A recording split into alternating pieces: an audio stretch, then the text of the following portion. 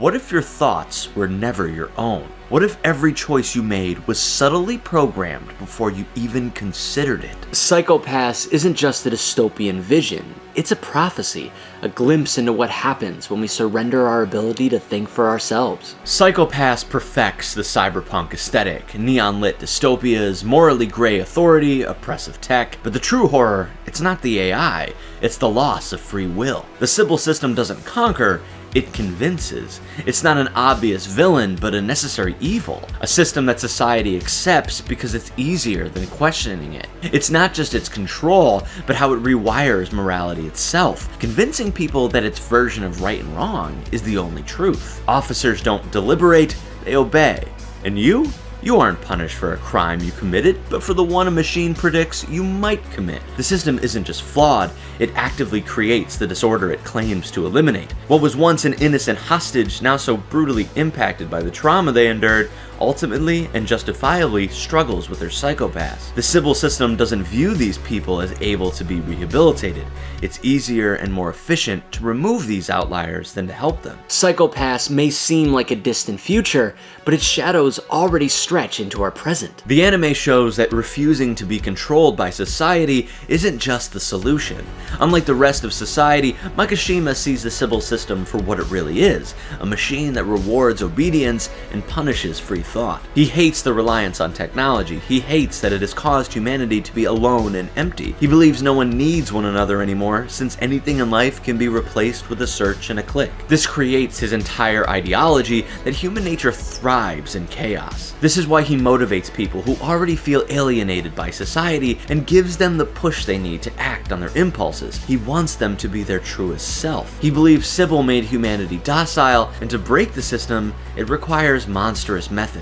He kills, manipulates others, and sows the seeds of chaos to poke holes in the Sibyl System. He forces us to ask, if a system decides our lives, do we really live at all? Makishima isn't terrifying because he's a villain, he's terrifying because his truth is harder to dismiss than his methods. Makishima's deadliest weapon isn't guns or blades, it's books. He compares the city to Philip K. Dick's vision in Do Androids Dream of Electric Sheep. He draws parallels to Orwell's 1984 and controlling through surveillance. He doesn't just read great literature, he interprets it. This has taught him that when people stop thinking, they stop resisting. And when that happens, history doesn't just repeat itself, it's rewritten. This concept of history repeating is a core part of Psychopaths. As you'll notice, the series repeats major moments, which begs the question, did this journey really solve anything in the long run? Makishima is a villain, but also a philosopher. Every quote he uses isn't random, it's a warning. He quotes the Bible, Shakespeare, Gulliver's Travels, all to prove his points that the mistakes around him have been written and warned. He proves that the great stories of the past aren't just fiction,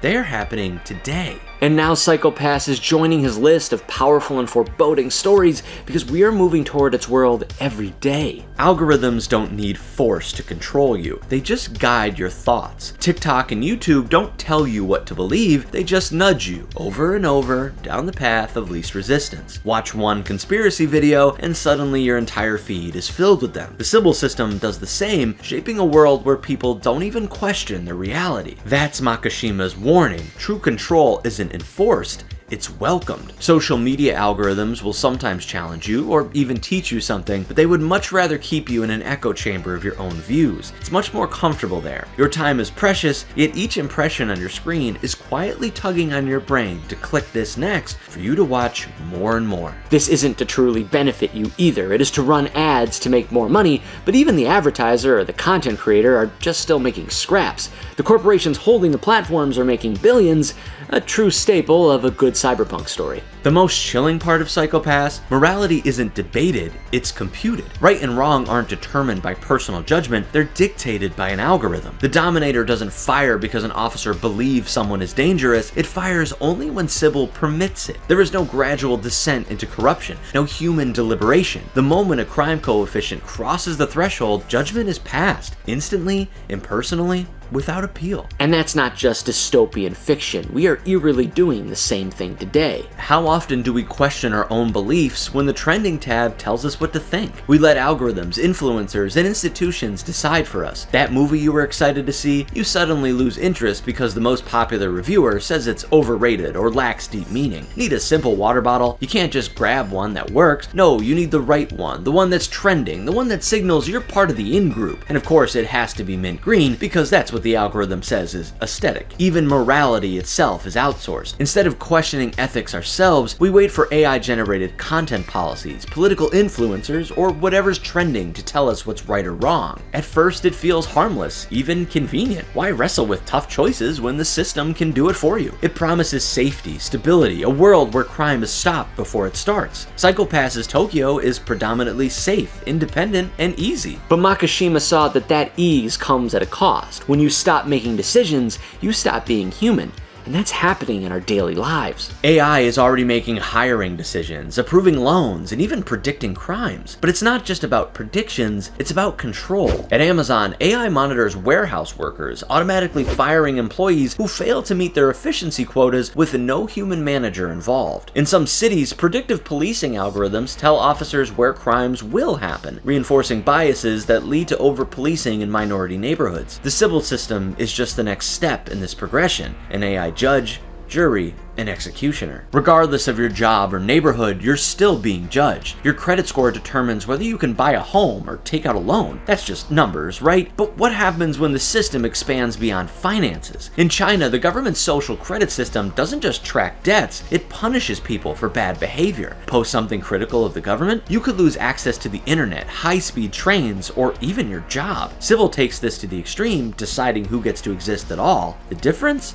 Only the scale of control. As a human being, there wouldn't be anything wrong with this concept. If a person is well-mannered, respectable, and responsible, they should get benefits to continue their behavior and inspire others, right? The issue isn't the concept, but the fact that it isn't solely humans making these calls anymore. Flawed systems we barely understand are calling the shots. Like Sibyl, these systems don't see individuals, they see numbers. And when numbers define your worth, justice becomes just another calculation. In Psycho-Pass, someone can be labeled criminal just for showing signs of stress or doubt, even if they haven't committed a crime. This mirrors how public perception and social media algorithms dictate modern morality. Online outrage can cancel someone instantly, destroying careers and reputations, often without due process or room for redemption. The rich and famous easily brush these off, but up-and-coming creatives who make mistakes aren't given the chance to learn from them. Algorithms dictate what's acceptable with flaws. They decide what content is visible and what is suppressed based on arbitrary and constantly changing policies. Have you ever posted something that was slightly more crass, only to have it buried or even have you banned, but then you see countless other faceless pages with content that's disturbing, shocking, or clearly against policies put in place with hundreds and thousands of views? Just like how citizens in Psycho-Pass avoid stress to keep their hue clear, we tend to censor ourselves instead of meaningful conversations looking to learn and grow out of fear of backlash, demonetization, or deplatforming. Authors are losing their voice with banned books. Histories and cultures are being rewritten. Average people are being pushed to not read, say, or think a certain way. We aren't asked to learn or be challenged in our ideologies. We aren't allowed to grow as humans. Meanwhile, the incredibly rich and powerful are fine to do as they please, and we feel powerless to challenge them. We are policing ourselves. I'm literally stressed making this video. So many times I wanted to stop researching and writing this script out of fear that something would happen.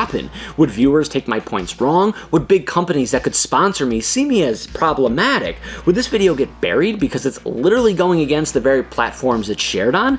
The fact that I even hesitate to make this prove Psycho-Pass's point. The fear of stepping out of line, of questioning the status quo, is enough to keep us silent. If we never question, never challenge, never allow ourselves to engage in uncomfortable conversations, then we've already lost. As I wrote more, I started to say out loud, I hate this. The more I researched, the more I learned about real-world parallels to this crime thriller cyberpunk anime. This video is basically just a controlled panic attack, but much like Akane and Psycho-Pass, I believe in ways we could still think for ourselves and helps us society be better. Makishima's flaw wasn't that he wanted people to think for themselves. It was that he believed the only way to break free was through destruction. But destruction isn't the answer. Awareness is, reflection is, the willingness to step outside of the systems that make us feel safe and question whether they truly serve us. That's the challenge of Psycho-Pass. It's not asking you to become an anarchist, to reject structure or order, but rather to ensure that you're the one deciding what you believe. Not an algorithm, not a government, not a system designed to keep you complacent. So how can you take on the Psycho-Pass themed movement of society?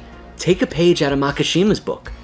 Read. Read deeply and widely. He studied history and literature because he knew they teach us how systems manipulate people. Challenge your own beliefs. Are your thoughts really yours, or are they what an algorithm or a higher group wants you to believe? Do you really like something, or are you pressured to like it? Do you think something is stupid, or is it just different from what you're used to? Do you really hate that group of people, or were you just told to hate them? Be willing to engage with that discomfort. Some might twist this message into permission to lash out, but that's just another form of control, letting anger dictate your actions instead of your own rational thought. Thinking for yourself isn't about rejecting everything, it's about questioning everything. It's about the courage to ask why and the wisdom to keep listening. The Sibyl System made life easy by removing struggles, but struggle is what makes us stronger, smarter, and more resilient. Akane kept fighting and challenged herself, not because she knows all the answers or is even as smart as Makishima or as hardened as Kogami. She believes that laws don't protect people,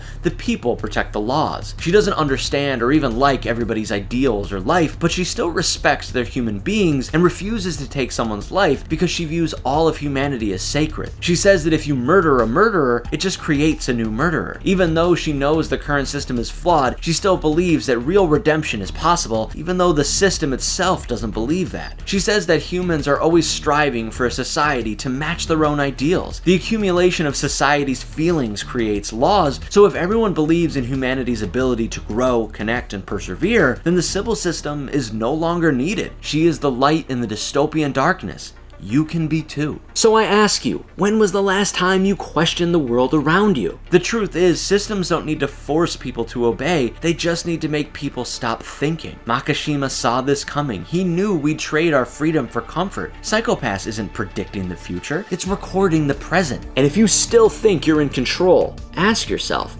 did you choose to watch this video? Or did something else lead you here? Discoveries and conversations like these can often lead to despair. You may feel powerless, but that isn't the case. The world is filled with systems trying to make Faustian bargains every day, but you're resilient. We've learned this in another anime that explores one of literature's greatest stories with a chillingly cute magical girl anime. And to hear more about that, you can check out this video right here.